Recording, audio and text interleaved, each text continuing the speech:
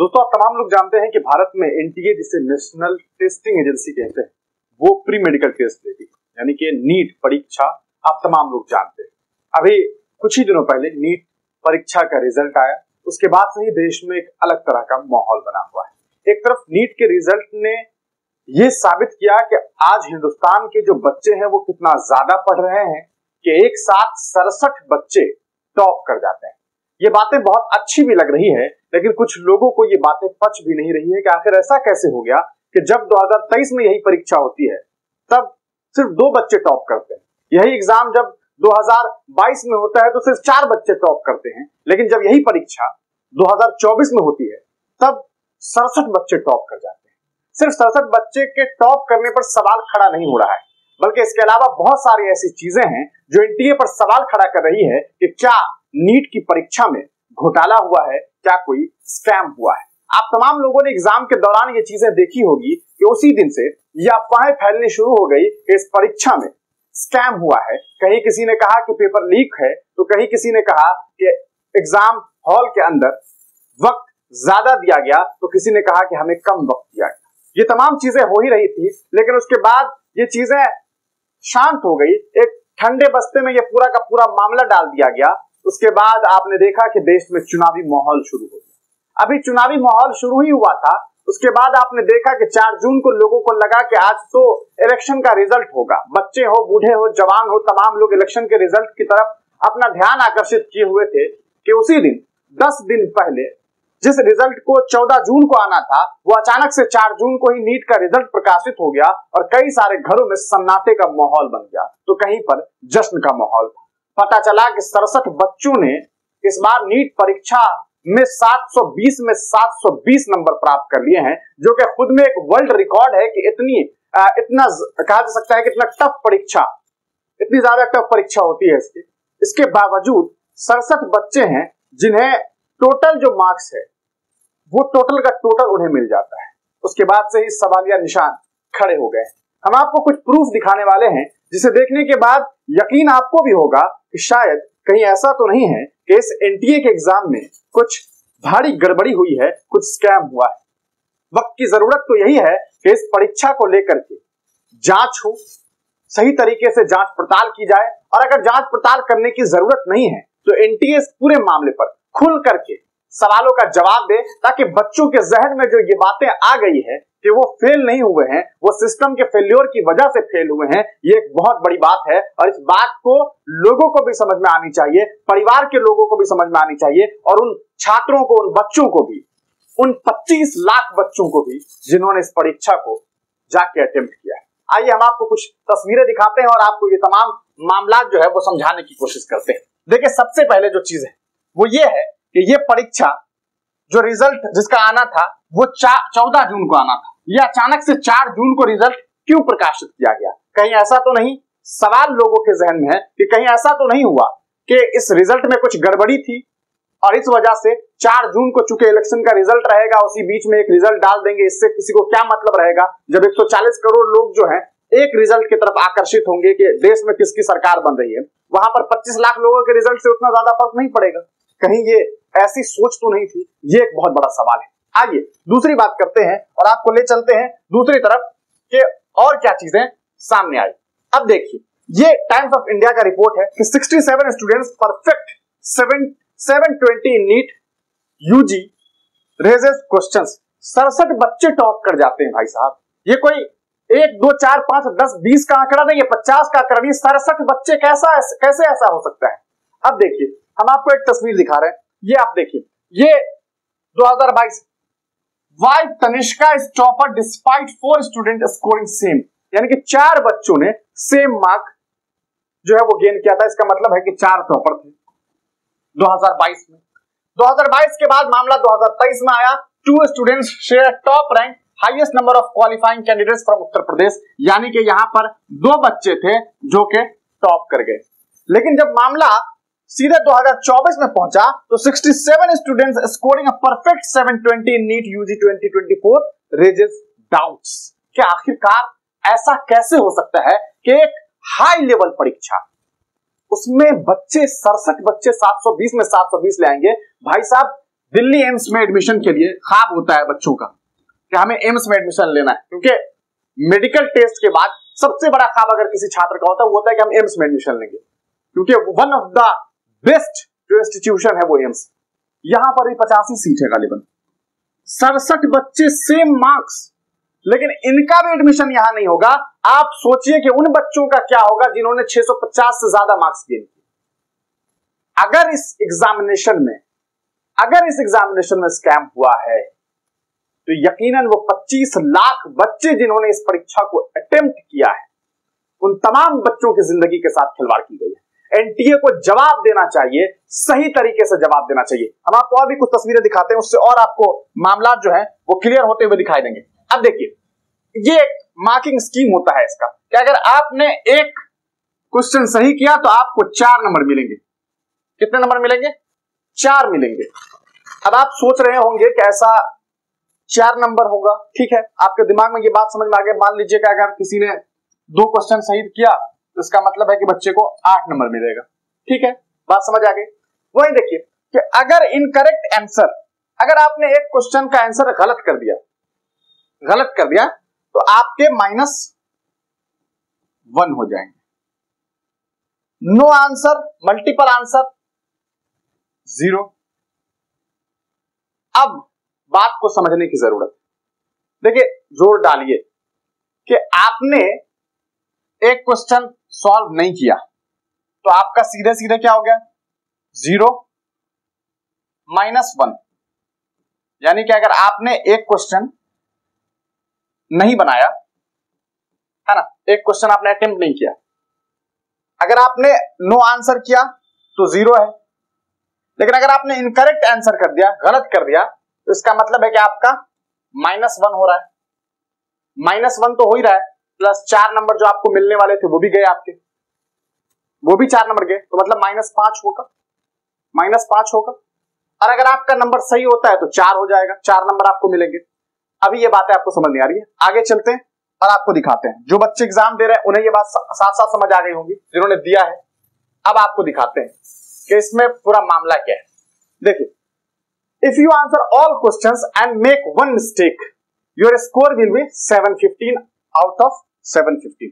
यानी कि किसी बच्चे ने, है ना, अगर 720 नंबर प्राप्त किया है, अगर मान लेते कि एक क्वेश्चन गलत हो जाता है इनसे, तो क्या होता कि 4 नंबर तो माइनस किए जाते, मतलब एक क्वेश्चन जो गलत हो गया वो का पूरा 4 नंबर तो गया, प्लस -1। इसका मतलब है कि 720 में नंबर मिलता 715। एक क्वेश्चन गलत होने पर 5 नंबर घट जाते, है ना। डेफिनेट ये बात समझ में आ रही है, एकदम सीधी सुलझी हुई बात है। अब देखिए, if you answer all questions but skip 1, आपने सारा क्वेश्चन बना दिया, लेकिन क्या किया आपने कि जैसे 720 फुल है, आपने एक क्वेश्चन नहीं बनाया, मतलब आपका -4 होगा। जो 4 नंबर, एक क्वेश्चन सही करने पे 4 नंबर था, लेकिन आपने अटेम्प्ट नहीं किया तो वो 4 आपके घट जाएंगे। इसका मतलब है कि आपको 720 में नंबर आएगा 716। तो सोच के देखिए, थोड़ा दिमाग पे जोर डालिए कि 2 ही चीज हो सकता है ना, या तो आपको 720 मार्क्स मिलेंगे, या तो आपको 716 मार्क्स मिलेंगे, या तो आपको 715 मार्क्स मिलेंगे। ठीक, यही 3 मार्क्स मिल सकते हैं 715 से लेकर 720 के बीच। अब सवाल ये उठता है कि अगर किसी बच्चे को 718 नंबर आ जाए या किसी बच्चे को 719 नंबर आ जाए, तो ये कौन सा मैथ है भाई साहब? कौन सा रूल है, कौन से रेगुलेशन का इस्तेमाल किया गया कि कुछ बच्चों के मार्क्स 719 और 718 आ गए, जबकि आपका कैलकुलेशन कहता है, आपका रूल और रेगुलेशन कहता है कि 716 आएगा या फिर 715 आएगा। तो फिर इस हिसाब से आपके जो बच्चों के मार्कशीट कुछ आए हैं, यहां आपने 720 में 720 दे दिया एक बच्चे को, लेकिन यहां एक बच्चे को 719 नंबर कैसे आ गया, ये एक बड़ा सवाल है। और एक और बच्चे हैं, इनको देखिए, इनको 718 नंबर आ गया, कैसे आ गया, किस तरीके से आ गया, ये एक बड़ा सवाल है। और इस सवाल का जवाब जो है वो एनटीए से बच्चे भी चाह रहे हैं और बच्चे के माता पिता भी चाह रहे हैं। ये देखिए ना, अब इस पूरे मामले पे एनटीए ने एक सफाई दे दी।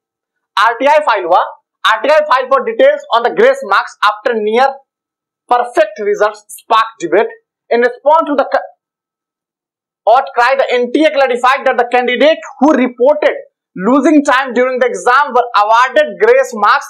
The agency explained that it had received representation and court cases from the candidates citing losses of time during the exam, which led to the decision to the award grace marks.